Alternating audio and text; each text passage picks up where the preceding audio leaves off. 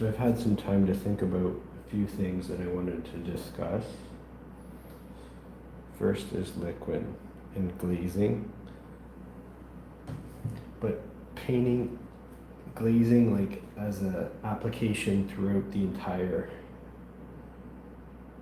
painting process. So I think there's a slight difference between me and perhaps like traditional painters that use glazing techniques. They usually will use glazing over top of an underbody.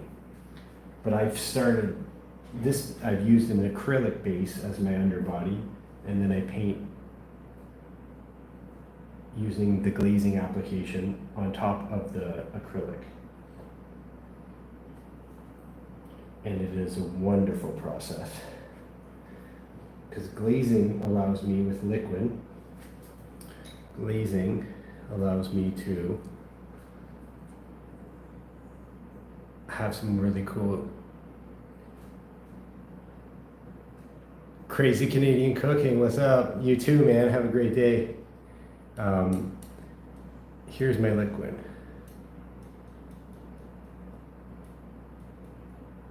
It's a little bit blurry, right? But you can see I got a good amount.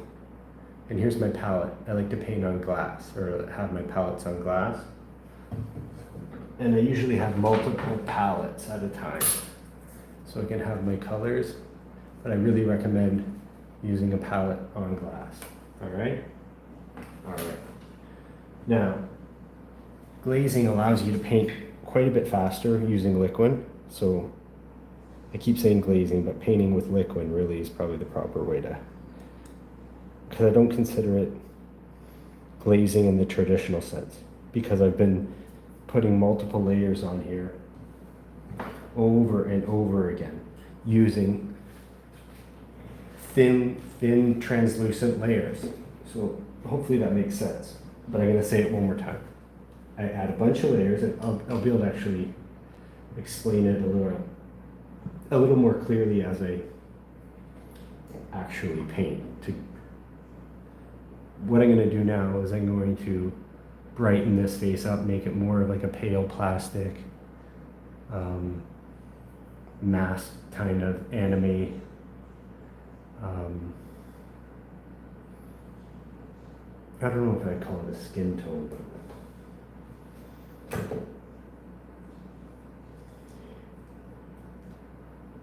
here's another thing I wanted to tell you. I'm excited today, I don't know why. So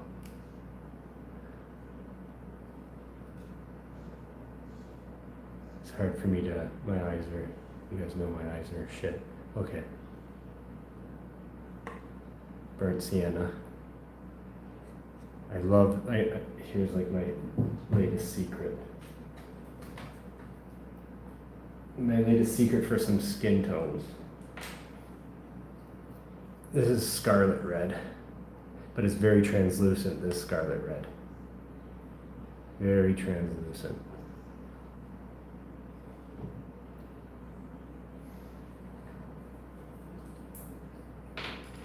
This is like red orange, or basically red orange.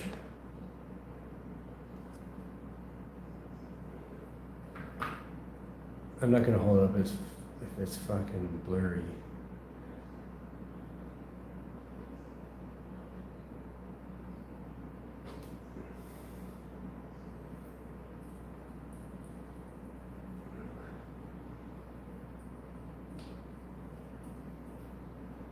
This is yellow mid, or it's actually called chrome yellow, but yeah, yellow mid. Well, a good chunk there. And then my titanium white. I'm not going to hold this palette up the whole time. I'm just showing you my palette for today, or for what I'm doing. Okay. So you have titanium, your yellow, your burnt sienna, translucent red, and this orange is actually pretty important. We're going to take the prime. Let me make sure this is clear. Okay. I should have a better camera, right? Or like a better setup, but here we go. Get your brown, not too much. Because remember, we're in the world of using liquid and glazing.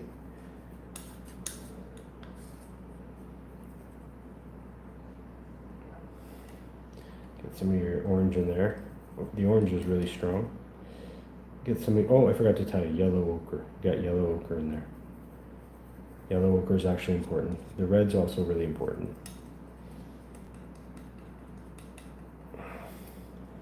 Throw some of that white in there to see where we stand.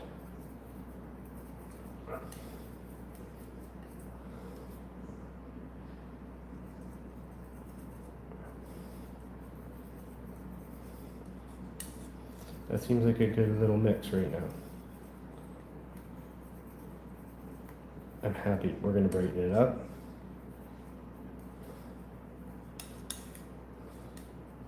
We're going to brighten it up more.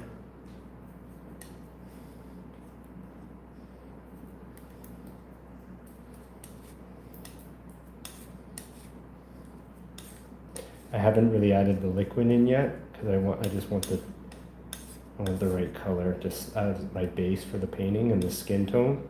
I'm working on a lot of skin today, so I just want a good base for the skin. Now, here's kind of this little trick.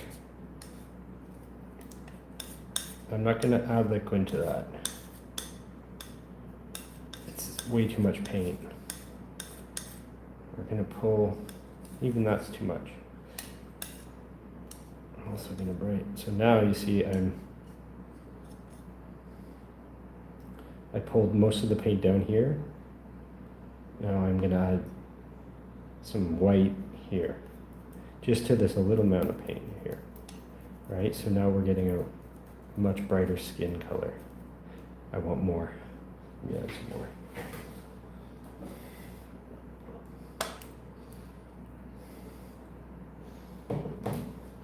But using liquid with your paints, it makes the paint go a long way, so you don't need a lot.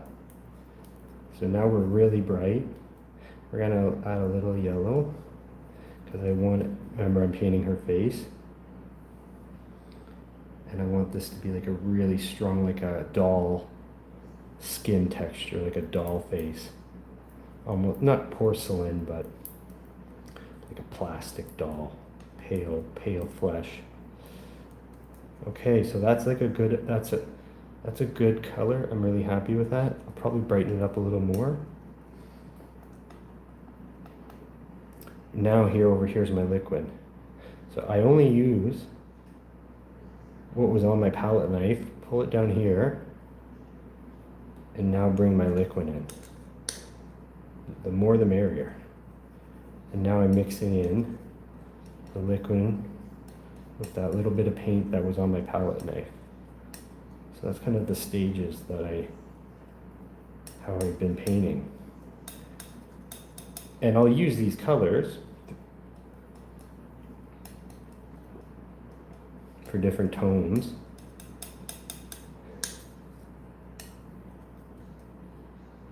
Let's bring a little more liquid in.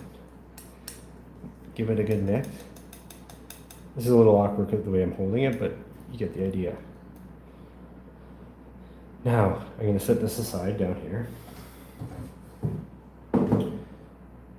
and get to town. Let me throw on my glasses. Okay. I feel like that might have been too much explanation, but I just wanted to show you how my painting process. I don't even want to call it glazing. It's just a really thin translucent layer that I apply multiple layers, and they dry quite rapidly because of the liquid. And I find that process, and I'm sure there's a name for it. I'm not saying I came up with it. It might even just be called glazing, but I feel like when I watch other professionals and they glaze their art, they're kind of just adding like large areas of translucent paint on top of it, on top of an underbody. And they might even do that multiple times, but in this case, I'm doing this all day all the time. So let's see how this turns out.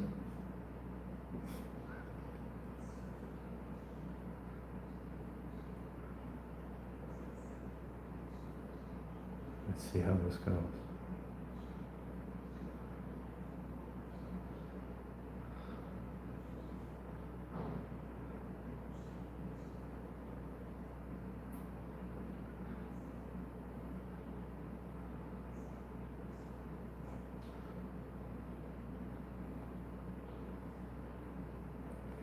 And if you want to like start covering up things, it's going to take multiple layers. And you might even have to thicken the paint. You might have to lose some of the liquid if there's like an area that you really are in that needs to be corrected. I'm not there right now. I'm more of just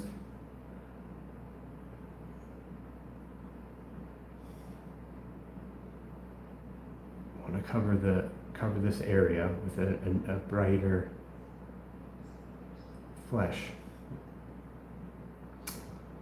plasticky flesh color. I have a secondary brush. That's just for, it's dry. And I'm just going to move things around.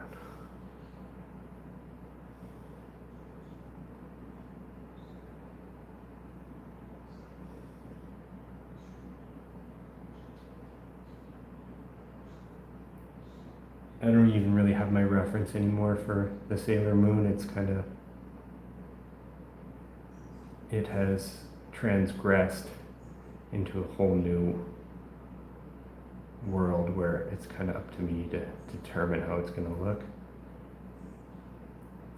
I will use a reference even for like anime stuff to see, like, make sure things are where they're supposed to be in the beginning, and then we depart. But sometimes I like to know where some of the original designs what they look like, because I kind of forget.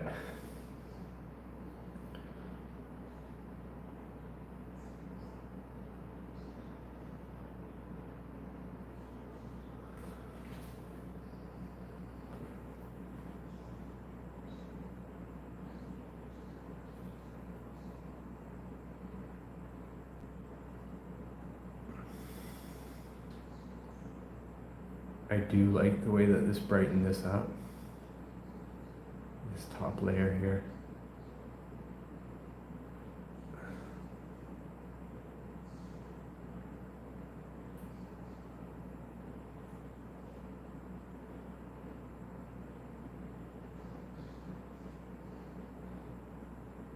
Because I'm using Liquin, like when I see this is a dark black line here, and I'm tidying things up, it won't fully cover it, but if I go back in a little bit of time, and I don't want to give you an exact time, but let's say in a half an hour, I'll be able to go over it again and really cover it up even less, maybe not even half an hour. Like I'll paint over it again before then, but where it gives it like real, where it covers really dark lines. It doesn't take long to get there. All right.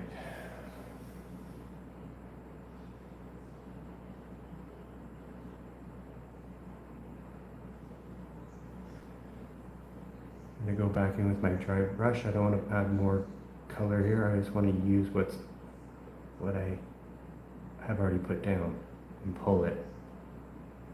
You hear some artists talking about pushing and pulling paint. Right now I'm pushing and pulling the paint. I'm pulling it rather.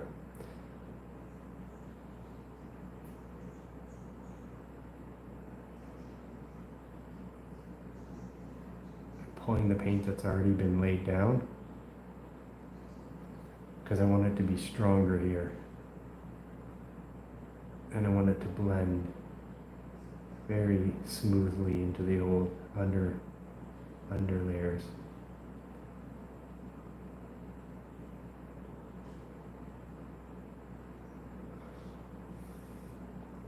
I don't think I really need to clean up this area because I'm gonna have to reline it. I'll have to put more. I also probably want to clean, I might want to add some, like that moon thing on her crown or whatever, tiara.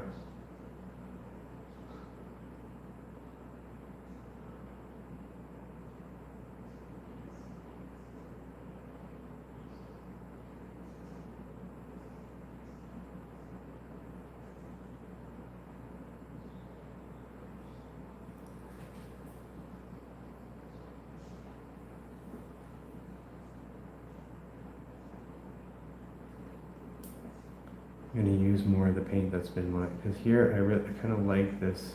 There's a few different colors in here that I don't want to completely cover.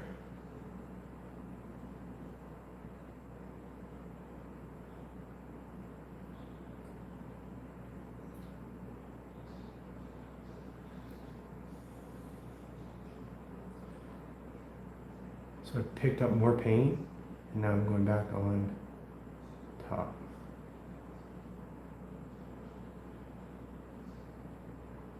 The bridge and nose, I want it to be really strong and bright.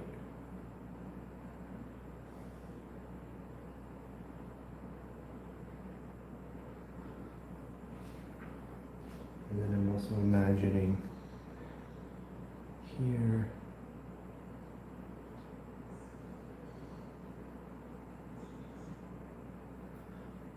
The light will be reflecting off these like hippo lips. You can pick some spots too to highlight.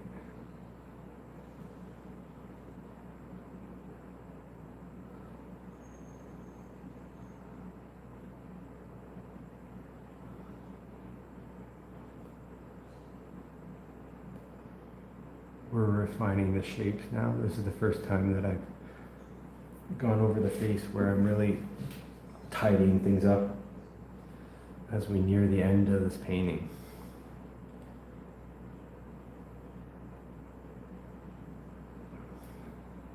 So any lines that are out of place, we'll clean them up now.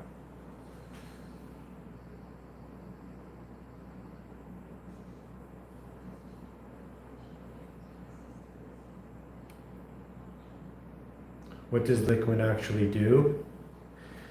Liquin is your best friend for certain styles. It really is.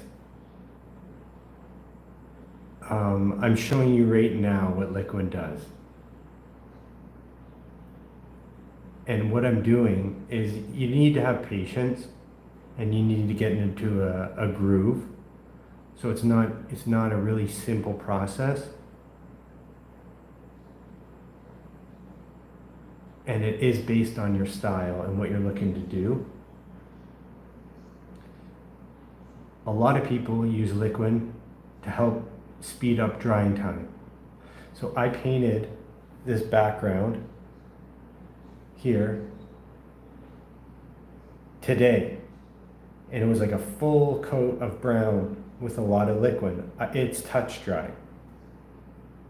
But normally if you paint oil, forget even linseed, just like oil paint mixed with mineral spirit and no medium, you're not touching this background without having something on your finger. Unless you let it like kind of dry overnight. With Liquin, this is touch dry. With white color, which is like, you know, a pigment that takes forever to dry, I painted these eyes today. I can touch it. If you don't use Liquin, you're not going to be able to touch that in the same day, typically, without it coming off on your hand. So that's the primary reason people use Liquin. I use Liquin for multiple layers of translucent paint. Where's my tissue? So I use Liquin for tons of layers. So I probably put 6 or 7 layers on this face, on her face. I paint like normal, but just the layers are really thin. So for example, here's the paint I'm working with right now. Let me see a good place to put it. I want to show you how thin it is. Look how thin it is. Do you see what I'm saying? And then when I move it around, it almost blends into the previous layer. That's what I love that process. Now I thicken it up in a lot of areas, but I love the idea of blending old layers with the new layers. And then you get some really great, the word I'm looking for is the outcome. The outcomes are fantastic. You get these translucent layers that are just really super vibrant, super rich looking. And you can really mold things really easy because there's an element of, because you're putting on a layer that's super thin, you're able to, things are more malleable. You can move things around a lot easier. So when I play with these hands, you know, hands are hard. Hands are challenging, but I can just move things around with less risk, if you will. Like, it's a little more freeing. So when I put this layer, like I didn't even have to think what color, it doesn't even matter that I'm just tightening things up slowly. And I work really fast. So it's like kind of a conundrum. I work really fast, but I also, my process is like the process of building up gradually.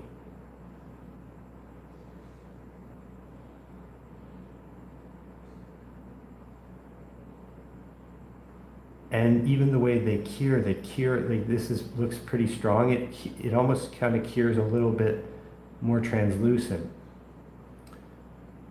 And so you can always kind of see the previous layers, not always, but a lot of the time you're still using what you have laid down already.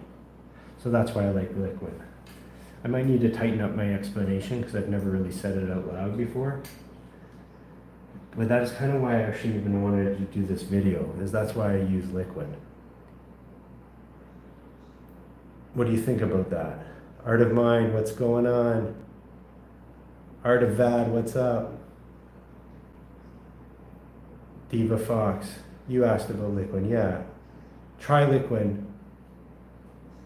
Gaz, thank you. Try Liquin.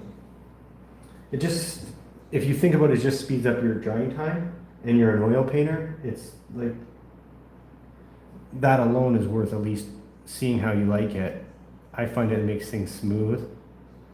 Adding a medium pure work in general is useful. Some people want things to be slower, like adding linseed oil is going to really kind of go the other direction. And linseed oil is kind of good for glazing too, but Liquin for glazing for me is just unparalleled.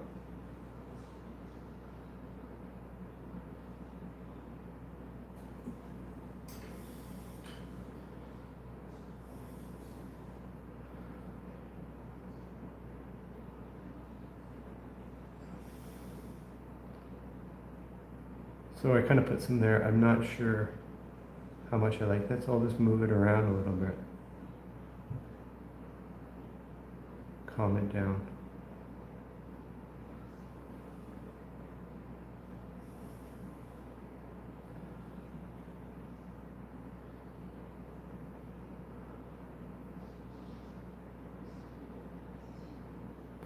And you see I'm moving around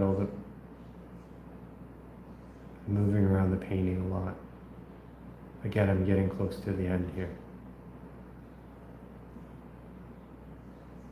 I'm not adding anything else to the painting other than just doing some finishing stage. Think about it like maybe almost like carpentry. You have like your roughing carpenters who build the structure, and then you have the finishing carpenters.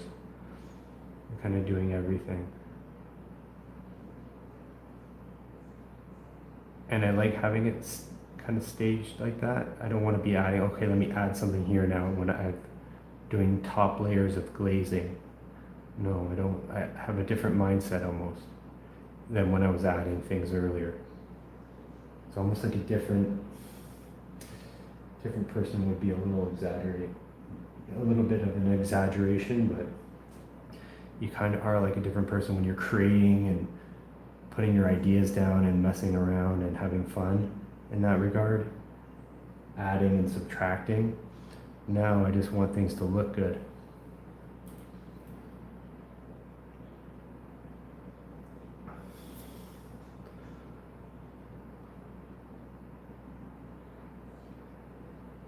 One cool thing about like having no, when you have like a surreal painting like this and there's no rules, you can use a reference like Mike from Breaking Bad as your starting point, but I don't care if it looks like Mike from Breaking Bad. Not for this piece anyway, so it gives you a different kind of like, it's more enjoyable when you can kind of just let go. It's a rough guide, and he is my reference, so I keep going back to him. But there's more freedom when you can kind of just create your own character from a starting point. I find that really fun to see what your brain kind of like, it's like almost like monkey telephone. You see the image and then you try to follow it, and then you just let yourself go wherever you're, almost like unconsciously or subconsciously go where it wants to go. And then you can kind of pick away at it and tighten it up. But his eyes are not really Mike's eyes, but I kind of like them. Now, if I had to paint Mike more accurately, I would be at a different, I would have, at this stage, I'd still be molding it. I would have to realign his, in this case, most likely eyes. Have to kind of figure them out. All right.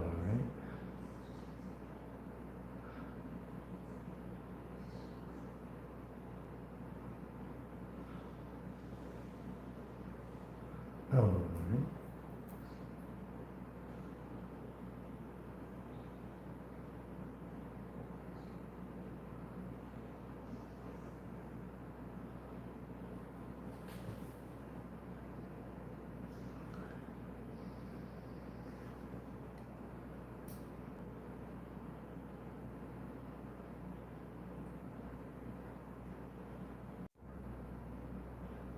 Sorry about that.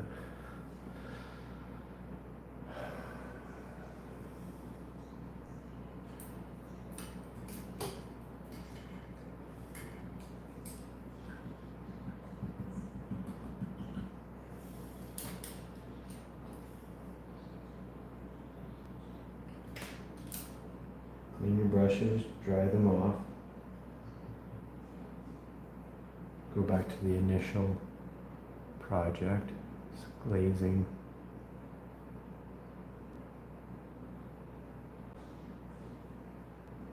Finishing this face.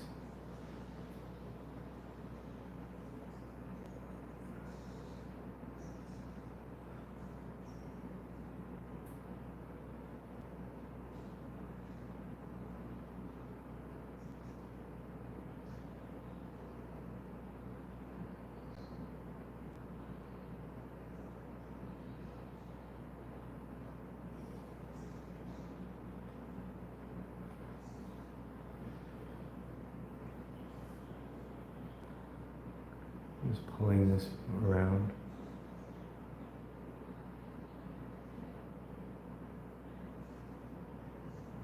Pulling and patting it. Here's another thing that I'm thinking now what I'll do.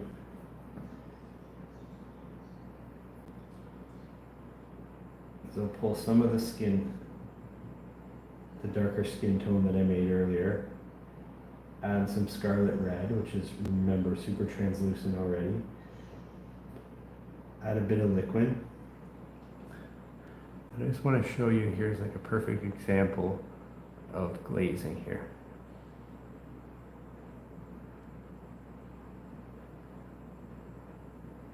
Just adding some red below the eye and around the eye.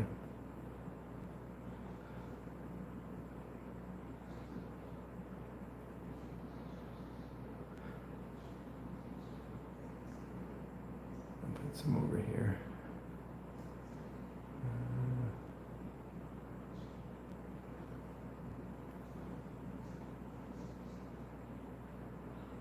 Okay, so that's enough paint for now. Paint with the glaze, and then I take my dry brush and move it around. Now you see, I think reason why this is a perfect example is because what I just did is so subtle, and you can see it. As in, like, how subtle it is. And I really enjoy that. And I can strengthen it. I can put a little more red paint into the mix, and pull that red in there. Right now you see it's a little stronger. And you just keep working it like that. And that's the process. That's the process that I'm really into these days. I really enjoy it. You can add like kind of like imperfections, right? Everything is subtle. Man, I love that. Yeah.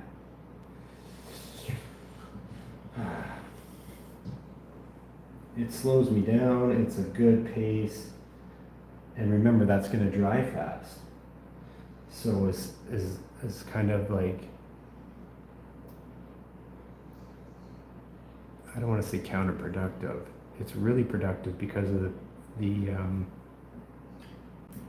speed of the dry time. So I can, I can use it as it's like even drying. I can start adding other things like up here. I just wanted some. Now that might be too strong. Let's see. And I'm mixing into the previous glazing layer, right? I just wanted some, I'm gonna call it shadow, just some different tones in the skin here. I think too much.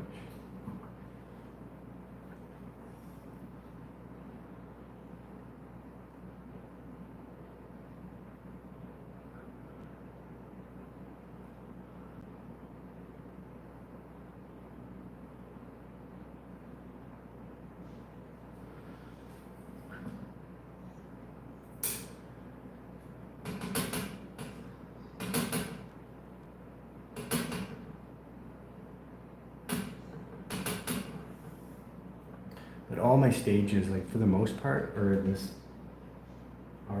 the same process. Mix your color, get your pigments, not a lot.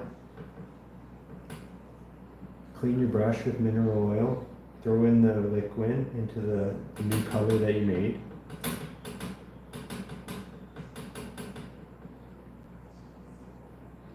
I'm guessing I'm using like half and half, like half liquid, half paint.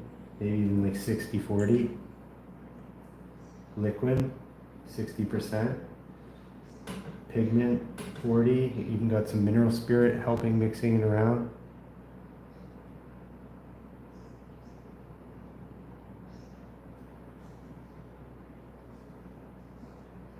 But this refining process, you're looking and saying it's not doing much, but if you do it over and over again, it starts to really come to life. And I think that's what I'm looking for. Now, and if you have too much liquid and it's not strong enough, add a little more paint into your new little mix. Like for these,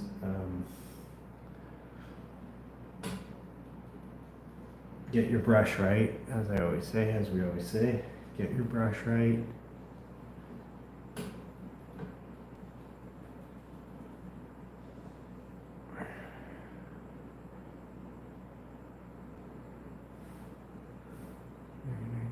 Here.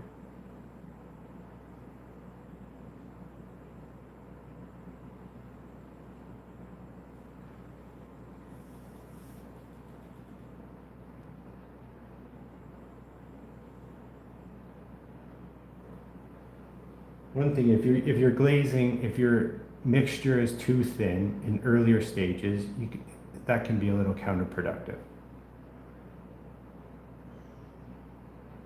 Where I am now, I'm really okay if it's super translucent. Like here, you can't really see that white that I'm adding. But that's because I'm kind of like placing it, getting it into the right place. And then again, I should say 20 minutes, I'll hit it again with more white and it'll start to really pop.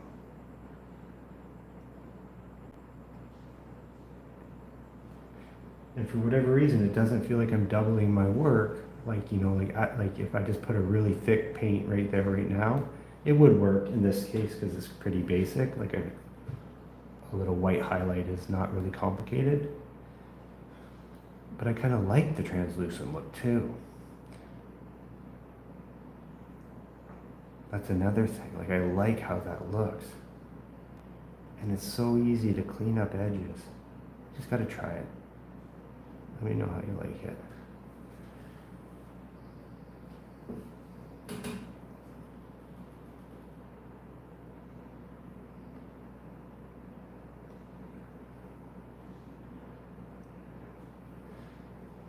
And the perfect example is I want a really thin layer of white right now because I want his eyes to be, sorry, let me just, I want to get these, I thought I had them here. I'm looking at an old painting that I did with these Sailor Moon eyes.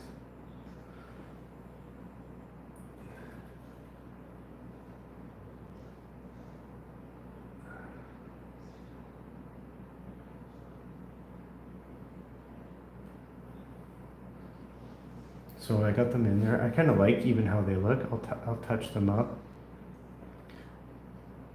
But I'll keep some of the translucent. Like I kind of like how that's imperfect and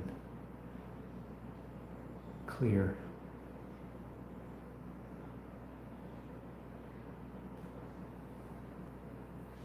And leave it before I move to his eyes down here. Let me add a little bit of. So I'm adding some of my white mixture, which is Liquin and titanium, and I'm adding some white glaze on top of the other glaze that I just did, how many minutes ago? 20 minutes ago? Oh no, 40. Maybe. Hey, what's going on? Brilliant and silly, thank you.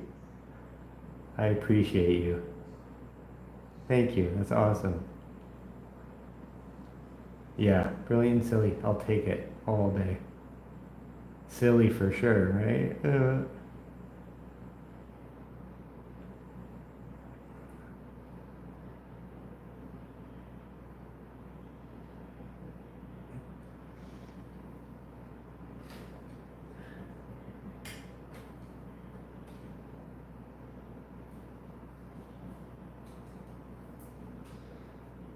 I just got a brand new dry brush because I really want to pull this around gently.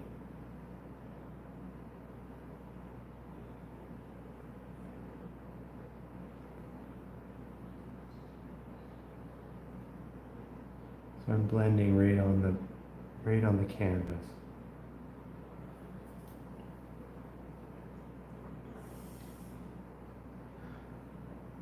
I've gone back to the light peach. I'm no longer using titanium white, but I'm just making this stronger, the color. Again, I want to finish, like I want this face to be finished. And I'm looking for that like plasticky doll look. But I do know that it's going to need highlights, and I haven't figured out where they'll go yet. Let me think. Take a break. Step back. Let me look at this thing. Even take off your glasses. Sometimes I move my glasses, put them on, take them off, put them on. I want more color here, so let's get funky, grab a green and some blue and some brown.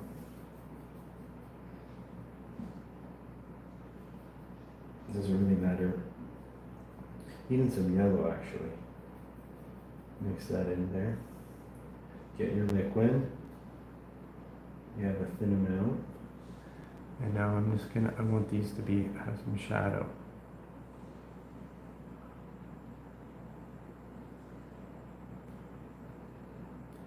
Right, I want some shadow here.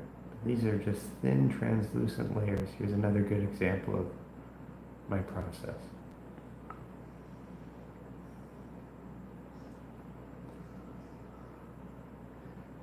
Now it's either too much or not enough. So here we'll put a little bit more. It's not enough. Here I want it darker.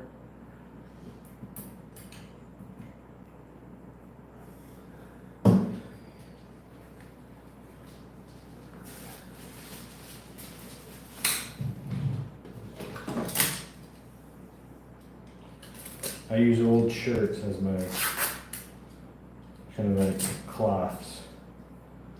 Everything from cleaning brushes to wiping my hands and stuff. I just use old shirts. Here's a genius tip for you.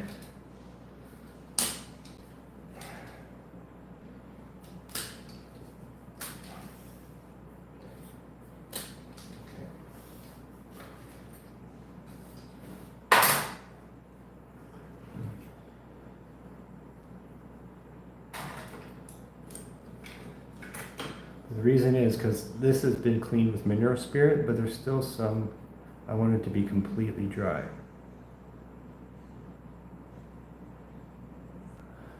Because I want to pull this around.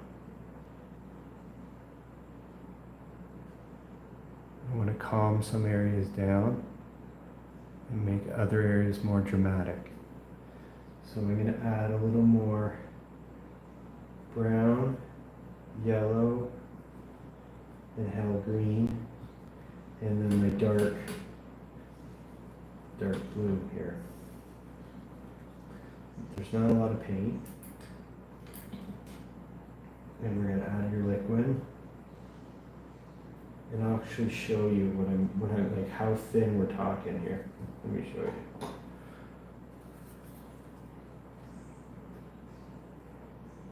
Okay, I don't know if you can see that. So you have, I added my brown, I had some green over here, literally like a little bit. Your brown, your yellow, your green, and then my blue was on my other palette. Mixed it all here, threw my liquid in, and now look at that layer. Look how thin it is. Then we go right to here.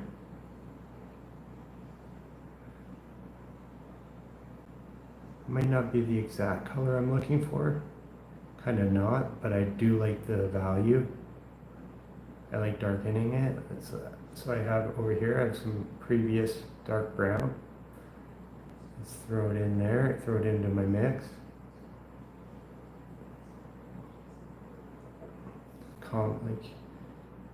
See how we're doing. Look how thin that is. Pull it down here. Pull it over here. Yeah. That's how I like to work, over and over and over again. But remember, we're able to do these multiple layers quickly because it doesn't take long to dry. And that's not even just liquid, that's the fact that there's not a lot of paint on there. And you can't really make mistakes. You see, I can move things around, I can have fun. Like I'm touching everything with it. Hell, I can go like, you can mess around with so much. Because everything's so subtle. And not everything has to be, like, I can strengthen areas when I need to. It's not a problem. But I do like the process of slowly building up layers. Slowly building up layers. That's what it is. Slowly building up layers.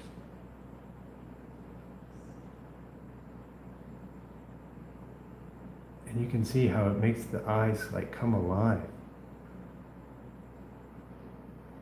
And you can keep doing this as much as you want. Right, you can go darker and then you can add some light. Like watch this, I'll add a little more white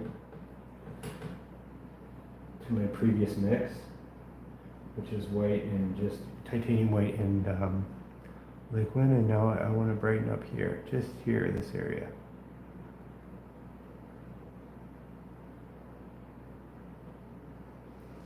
And I wouldn't call this like a full out tutorial on glazing or building up layers, but I think as I talk about this again, I'll be able to kind of maybe explain it a little clearer. But by telling you what I'm doing already, I think building up layers, that's the best, that makes the most sense to me when I say that. Building up layers.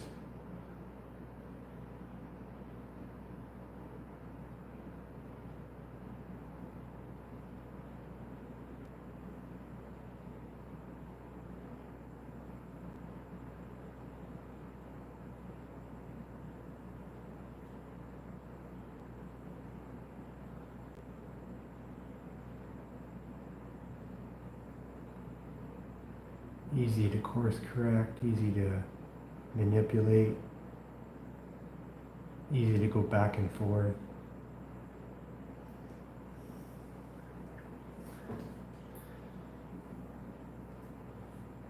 And for example, if I really know that I'm really done with the eyes, which I kind of am, I can add a little more, again, I can add a little more pigment to my mix of Liquin and titanium white. If I really want these to start getting way harder, yeah, you can start, when you know you're crossing the finish line with, like, for example, just these eyes, which in this case I think I am. Let me see how we did with these dots, which I did probably like 10 minutes ago.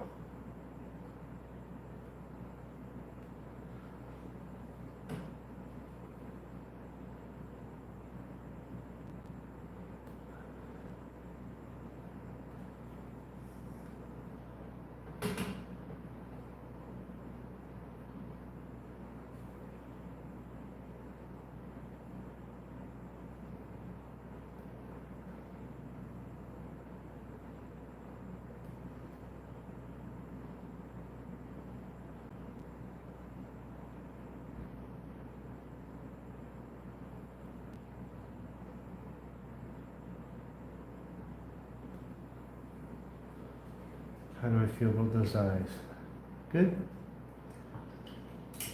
Might get a little crazy. Let's see what happens when I start. Can't really explain what I'm doing at the moment because I don't know.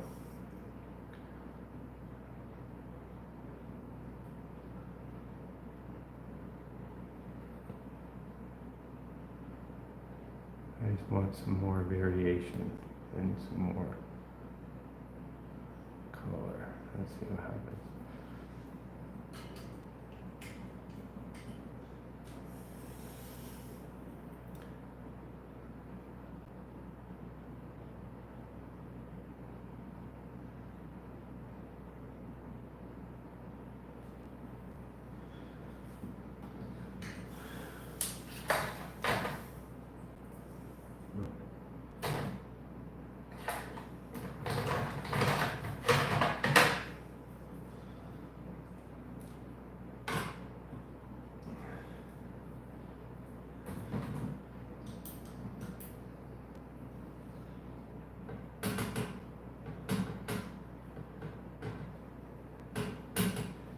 You'll hear it said, you never use like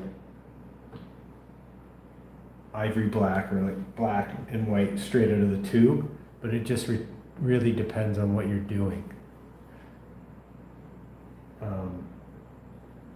So some things require that kind of extreme contrast in those like really strong colors and strong contrasts, but usually the reason why they say that is because you always want room to grow. You always want to have room to they also might say because in nature you never really see just pure ivory black out in nature or pure titanium white, which is kind of true. But also I think the main reason why, it's not my go-to to just automatically put those strong colors is because you want room to grow. So like a dark brown will satisfy you like an ivory black once you get comfortable doing that. And then you can also add, like, this is just a dark brown, this background. And then if you want to play with the black color, the dark brown later, and you add like darker values in there, it gives you room to play with it, right? But if you're already pitch black, you can't get much darker than that. So you kind of always want room to grow, room to play. That's why I would say, yeah, you probably don't want to use black and whites out of the tube. However, for like highlights in the eyes and stuff like that, why not? And even like these outlines, I'm still not going straight black, believe it or not. It's like a blue black.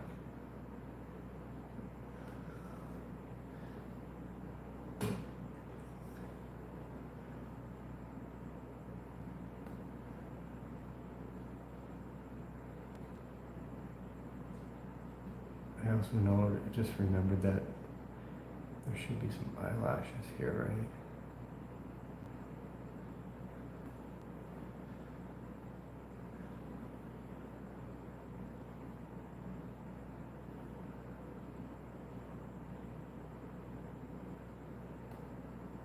Here, there's not a lot of room for error.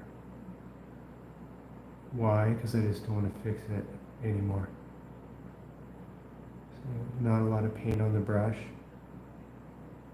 Anchor your finger or your hand on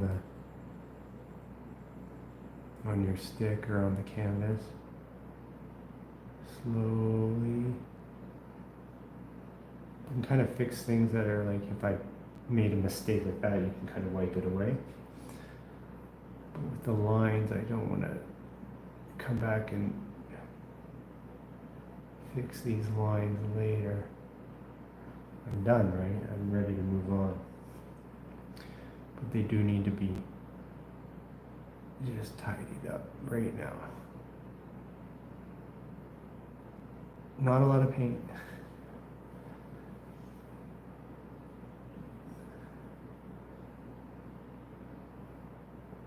That's one little tip. Not a lot of paint. Clean your brush. Saw this really cool artist that he would mix his paint, put his paint in. I'll show you again. So here's my, what do you call that blue? That like dark royal blue. Your ivory black. My Liquin's in there already. I mixed it up, I cleaned it up, and then I even clean off my brush.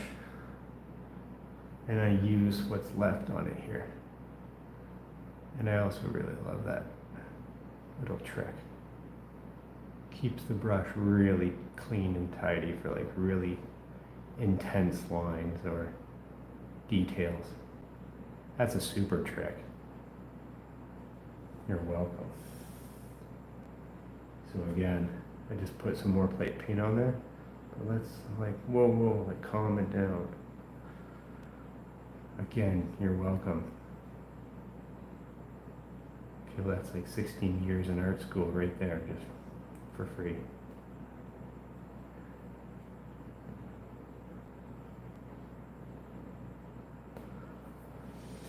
Really, what I'm really saying is it's a lot harder to make a mess around. Not impossible, can still screw it up, but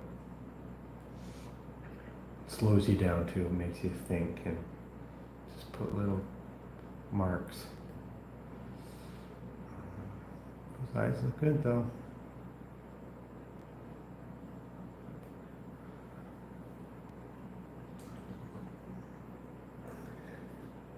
So you saw me put that red in there. It's not that I don't love it or like it, it's just kind of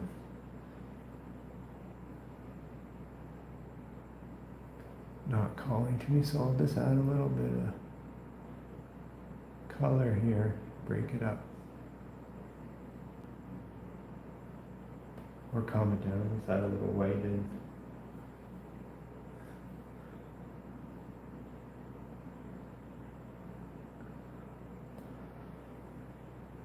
You can get carried away forever, as you see there. Step back, take a look.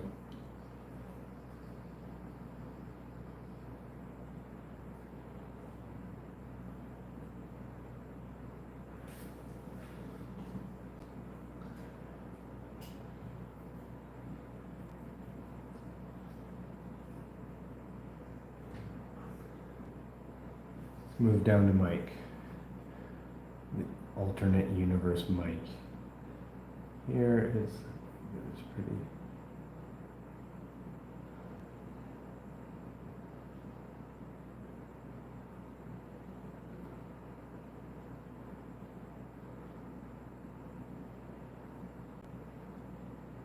His beard kind of changes colors throughout. It's just a suggestion, really.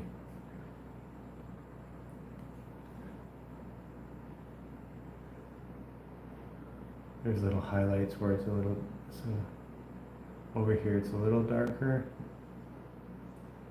There's this.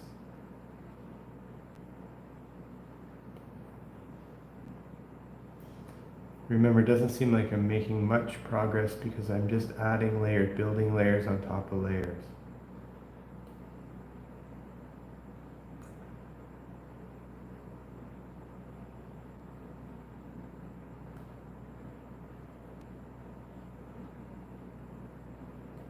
See if this kind of analogy works. Like if you added like thin layers of Play-Doh on top of your sculpture, or clay, sorry, Play-Doh.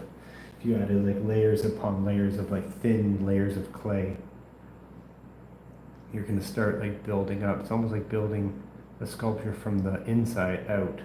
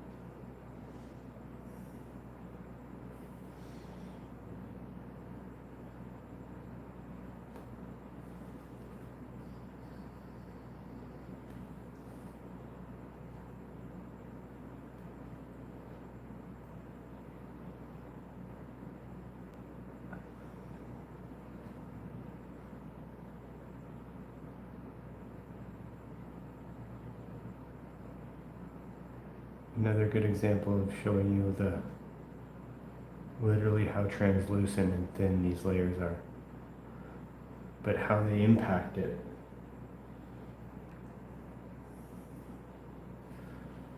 So I do think you need the right mindset for painting like this.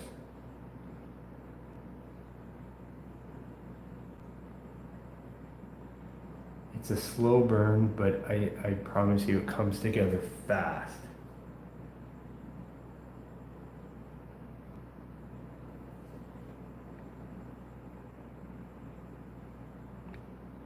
You're so awesome.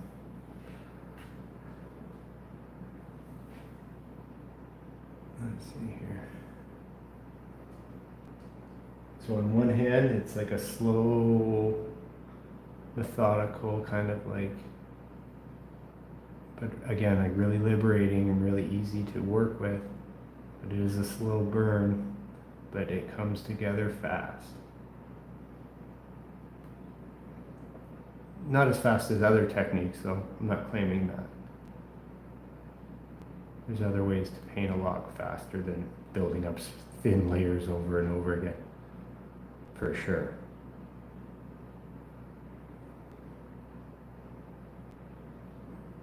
But the end results, I think, will be dramatically different. I might stake a lot on that claim, actually.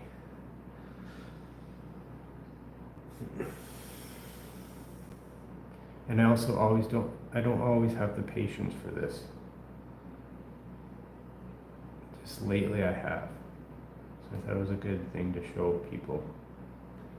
The idea of building up layers and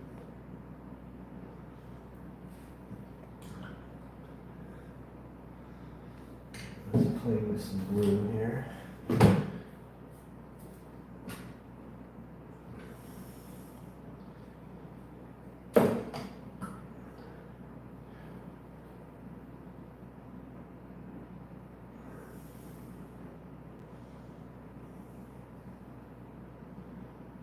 This is just a cobalt blue mixed with probably like 50-50 liquid. 50% cobalt, 50% liquid.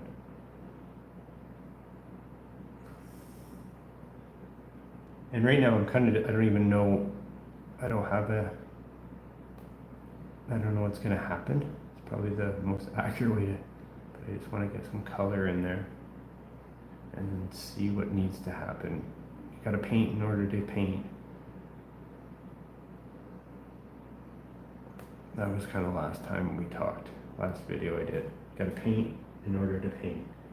So right now, I don't know if I made it better or worse, but I just got some paint on there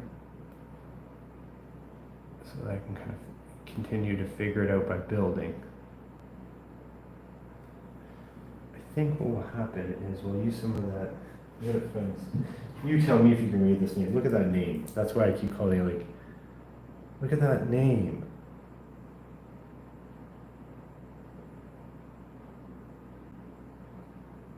It's just like dark blue, man. What do you want me to call it?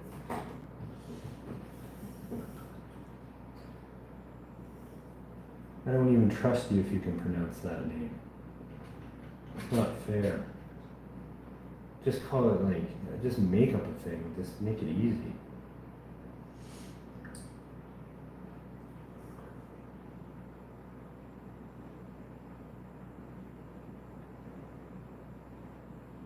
Anyways, I'm adding that blue. A lot of liquid.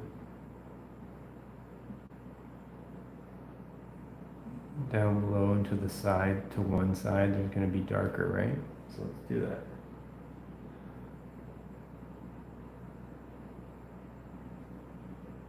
Here we're making it darker.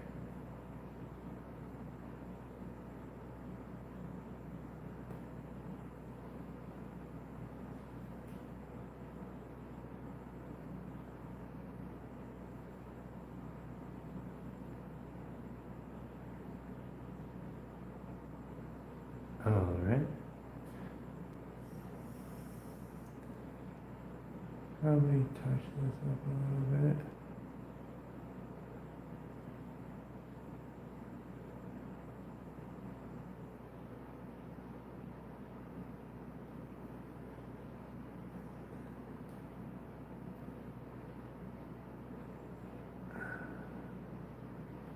All right. I really don't have a lot of paint on this brush when I'm doing this kind of work. I don't want to give myself a lot of room to make mistakes. Because we're just exploring and figuring it out as we go along.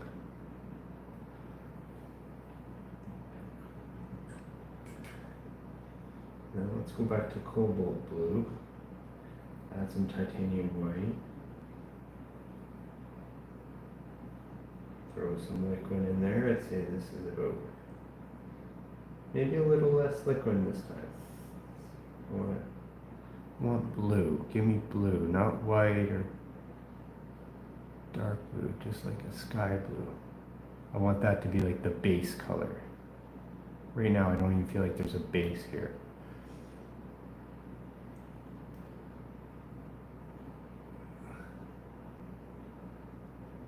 I'll just like unify this a little bit.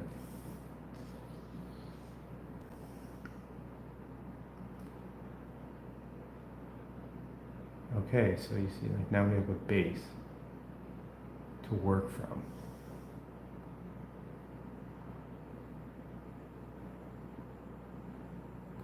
Forget the highlights, like we're going backwards a little bit, but I like the shape. Maybe before I wasn't sure of the shape. I'll keep some of the shadow that I added a few moments ago. Not much, I'll take probably most of it away. Just get that, I like the color of the base, so I'm like filling it up.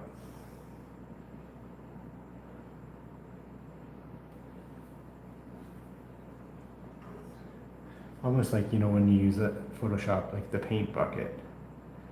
I have the shape laid out, I like it. Now use a paint bucket and fill it up. Just with one color.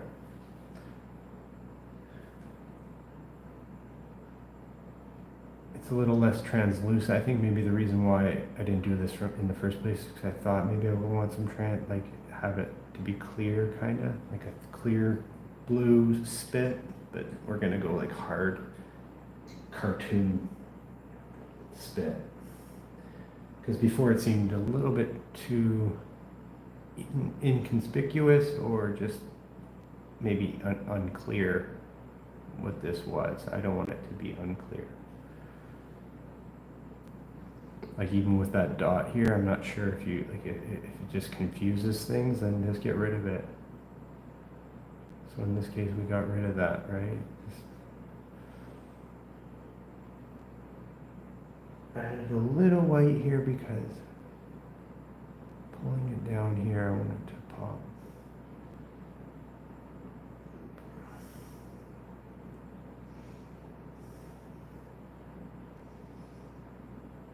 Okay.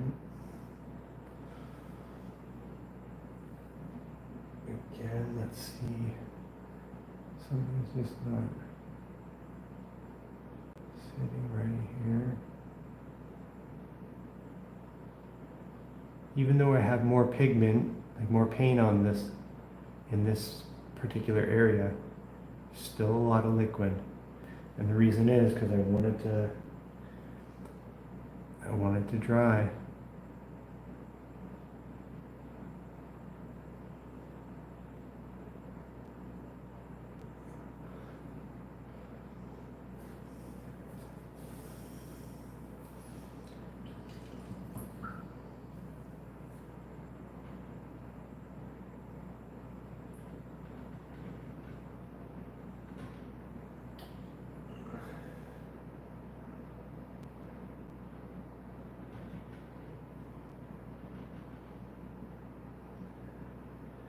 Now to complicate things a little bit, you don't always need liquid either.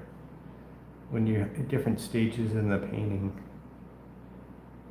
you just have to come to a point where you're like, oh, I just need it to be clean and good. And you would have to determine if that's like here I needed liquid to make that, bring some shadow and some different colors into the eyes. Here's if I'm doing some line work and filling out these shape of the eyes, I thin down the paint, but it just doesn't matter if there's liquid or not in this.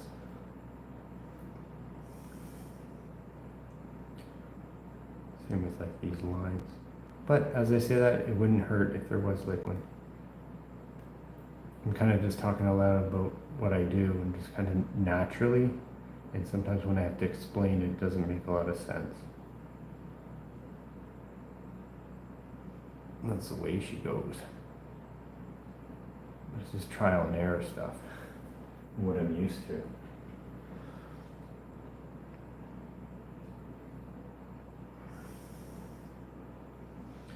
You can kind of still glaze in a weird way without liquin too. Just have more mineral spirit than pigment.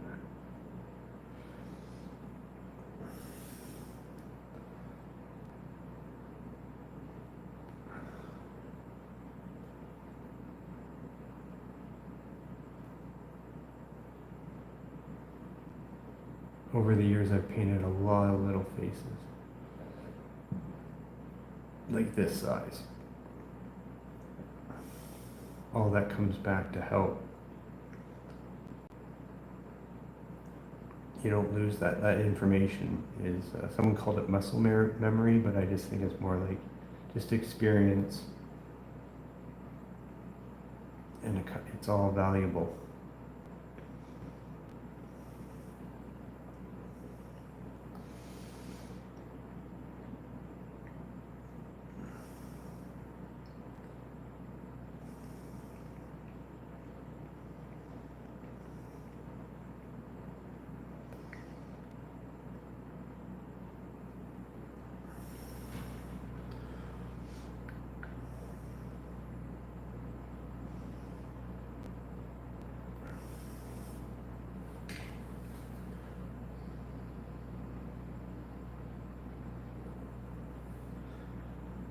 Let me move this now.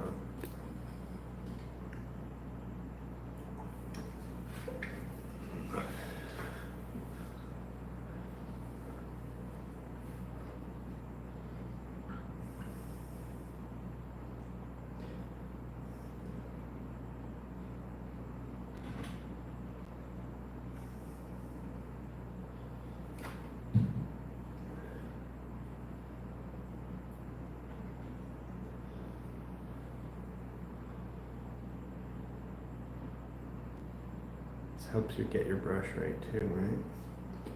So I just see a little bit, I want to go up a little bit there. That's it. I did all that work for that, just that.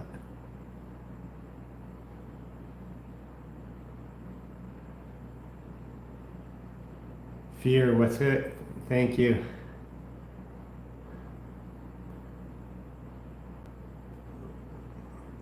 I think I'm going to name this painting Browser History Part 2. Like browser search history. I don't really do commissions. It's a long story, but I just don't enjoy it so much. But I thought if people told me all their sins or their secrets, and then I compiled some sort of portrait or painting based on their things that they don't want people to know. I don't care if you're like the worst of the worst secrets. I just meant stuff that you'd rather people don't know about you, and then you put them in some sort of surreal abstract painting. I thought that would be a good way to do commissions. Where like, okay, you give me all your sins, and I'll paint your sins. I'd much rather do that than paint your dog. But that's just me. I don't really, when I have to paint something as is and just kind of from a photograph, I have to be in the right mindset, and that doesn't happen very often. I don't really, even like the last time I painted my mom, I had to throw tattoos all over her face, which she actually requested, but like, okay, I'll take that commission. I'll take on that job.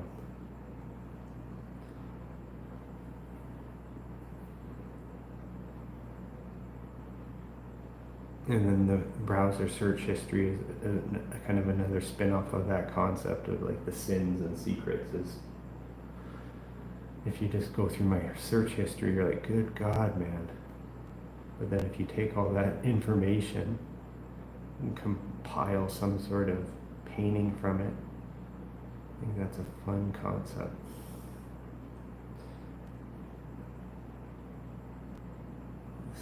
Obviously leans into the more comical sense of it, but that's kind of what I'm going for, like this idea. If you were to actually look through some of your search history, I'm sure some of it's just mundane and boring, but then you're gonna be like, why was I looking at that? You probably don't even remember some of the stuff you're looking into if you like, especially if you go back like, months or a year or something.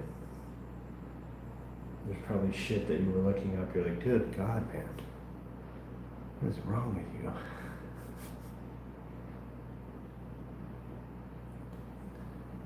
Because especially someone like me, if you go through my search history, there's some wacky shit. Looking through like different rabbit holes, going down different like. Even when I have to search for just basic stock imagery and stuff, I'll go down some crazy holes. Let's see here.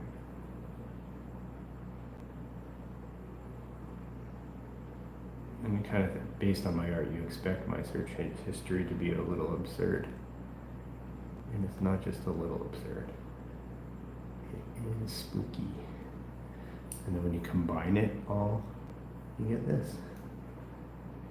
Search history. Browser search history.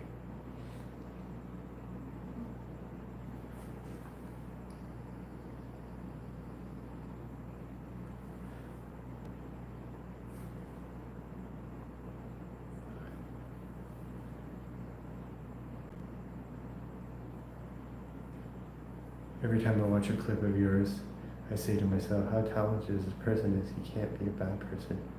I also discovered that my mother has been watching you for That's funny. All in the family. Poops, Sasquatch. Sasquatch.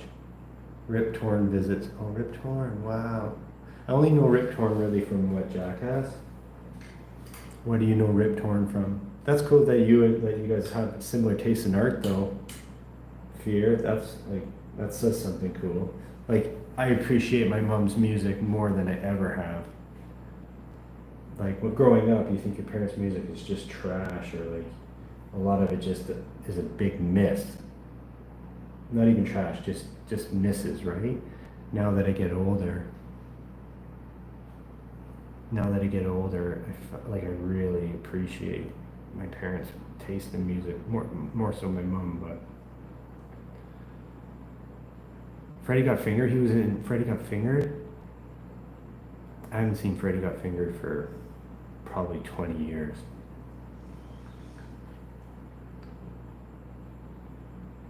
Tom Green was a Canadian hero to me growing up. But then I lost, like when he moved to the States and I never caught his American run really. I caught him, I used to watch him when he was doing like cable shows. Like shows that were like just public access. That's because I'm older too, but that's how I know Tom Green. And then when he came out with Freddie Got Fingered, of course I saw that. And he had Road Trip. And that's really all I remember about Tom Green. And now I just see him doing like podcast tours. He kind of got, he's almost like, he's a funny guy, but something happened where he got everything slowed down for him. Like, and I'm not talking about like fame or anything, just like he toned everything down, almost like censored himself, or like I think I wouldn't even say he grew up. But he kind of did. He kind of got like he grew up or something. Something shifted in all his. I kind of caught some of his old comedy special. Not much of it. But he seems just like a grown up now. He's not like wacky and zany. He's just a grown up.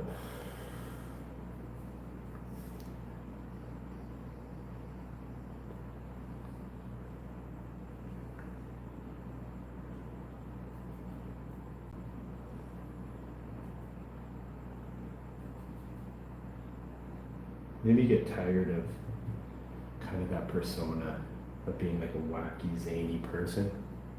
You're just like, ugh, I'm done with that. It seems like that happened. I'm just done with being a wacky, zany person. Yeah, no, I remember he got ball cancer. And that was kind of like a wake-up call, because it was the first Like I didn't even know that was a thing until he came out with that. And I'm sure that changed him. And I'm not even trying to judge the guy, like saying, oh, you should be like a wacky, zany idiot.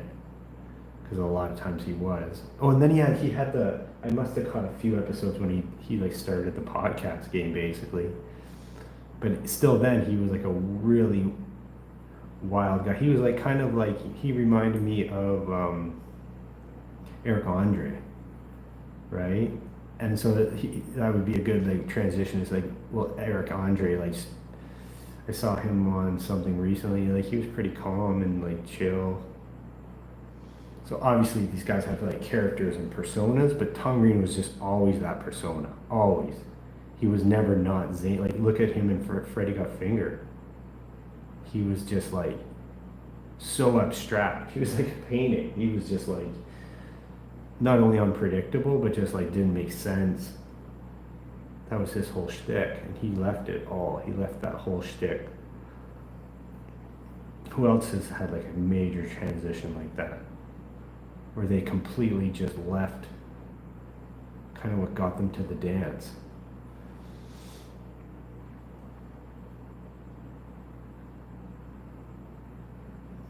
Jim Carrey, do you think Jim Carrey left like he'll still be funny though, like he'll still be like silly. So I would even think Jim Carrey hasn't like fully left his silly wacky side.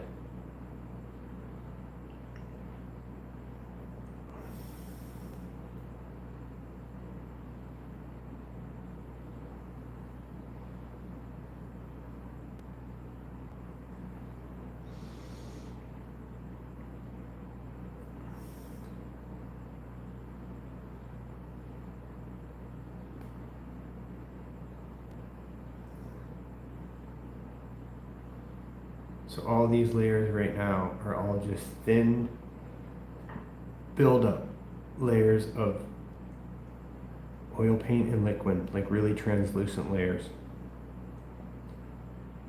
Over and over again, just building it up slowly. Back and forth. I'm mostly doing highlights though at this point.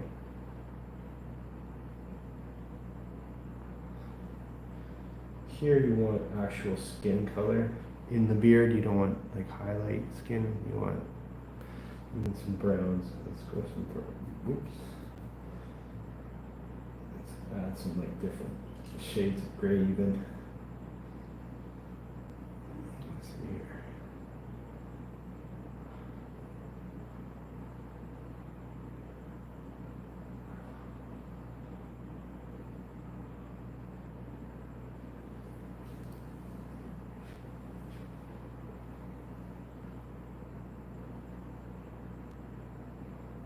That's weird. Back to the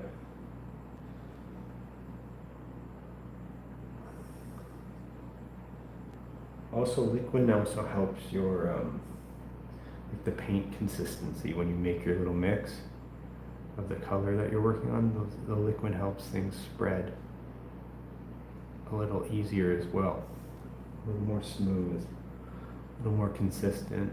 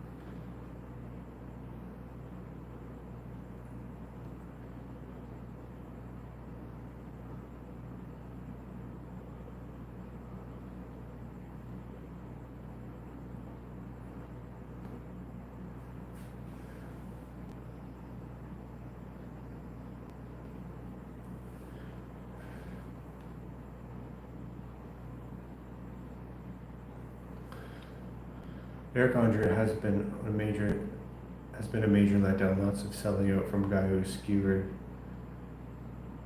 the sellouts. I highly suggest a rewatch of Freddy Got Fingered with a previewing of the Red Letter Media review of all of it for more context. That movie is truly one of a kind.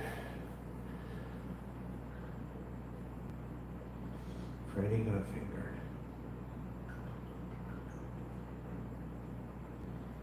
Yeah, you know what? I can't even recall it.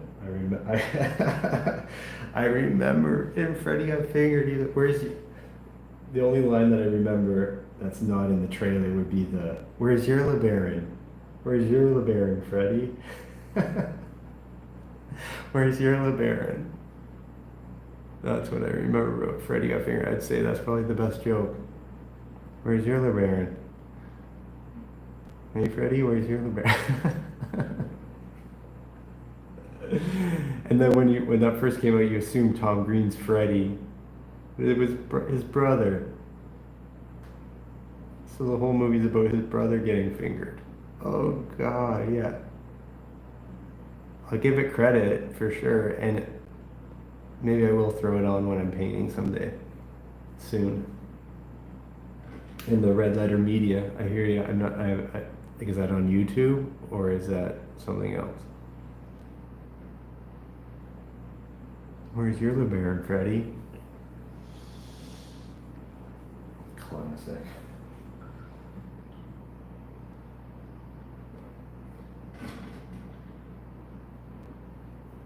Brown, red, orange. Ooh, that's strong orange. More red, tone it down. Clean your brush, get the liquid in. Not too much. You want more pigment, maybe 70-30. 70-30 liquid. Let's do. I don't want to just do a moon.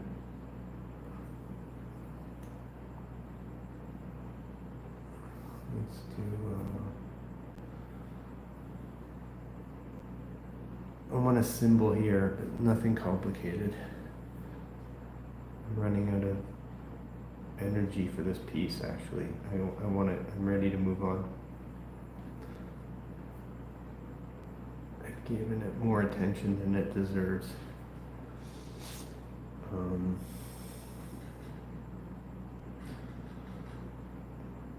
But I really like it. But I'm just ready to move on. So let's see here. I need to figure. Sometimes I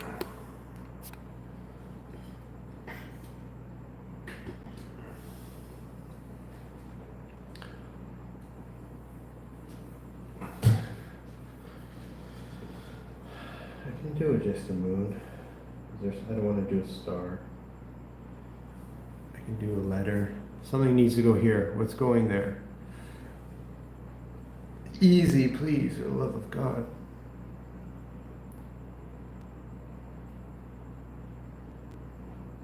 A little LeBaron.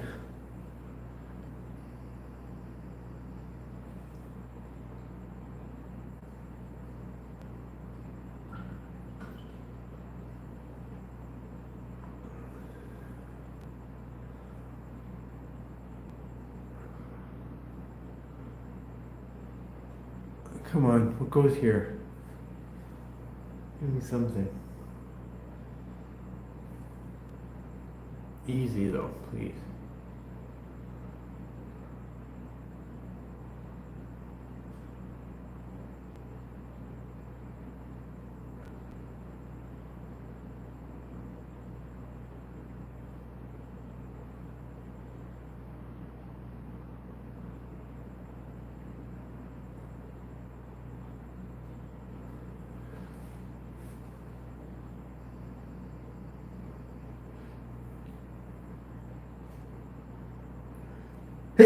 Always draw upside down, cross, or a snake. In Red Letter Media, just does like a deep dive on it, on the Freddy Got Finger, like tries to explain it, or it just does a recap.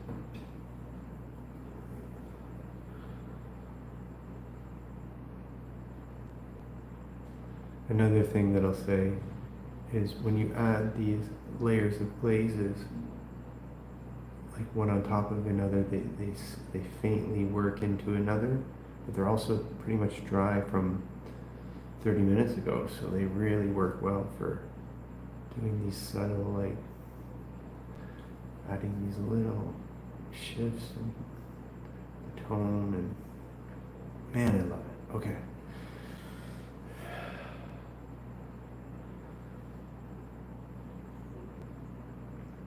I think what we'll do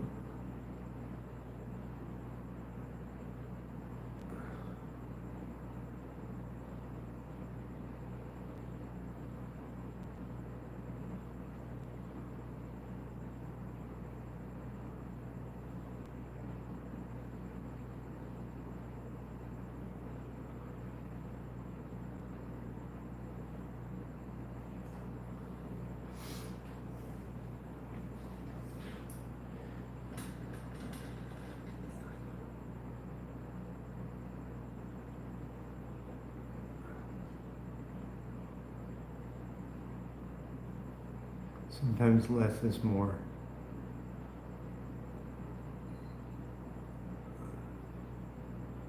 And sometimes I don't want to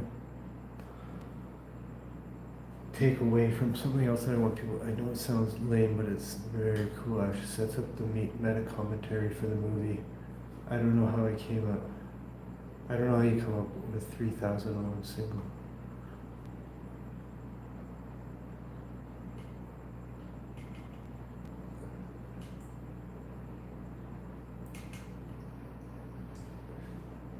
Yeah, I'm kind of interested in that.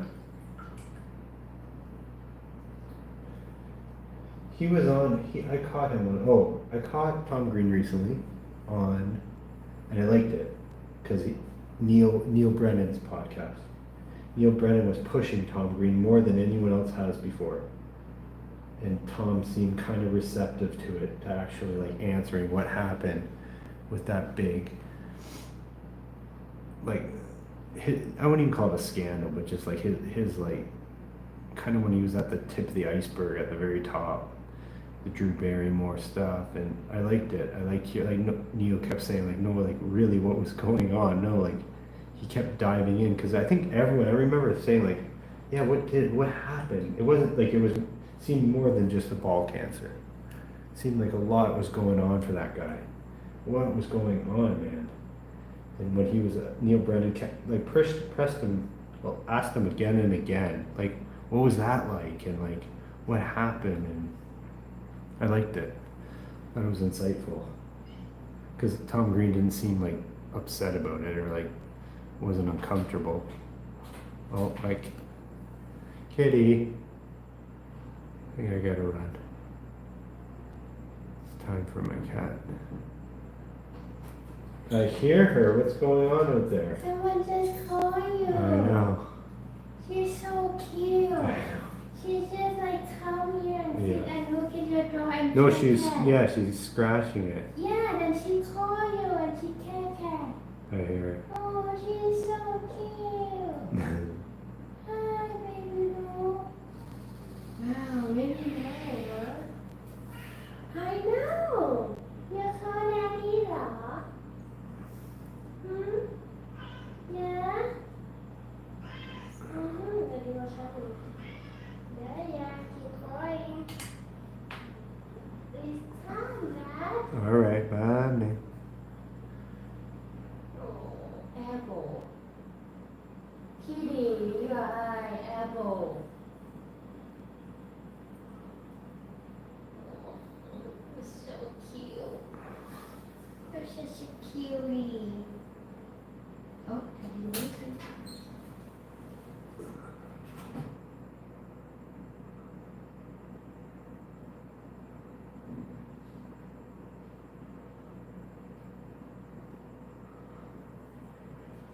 All right.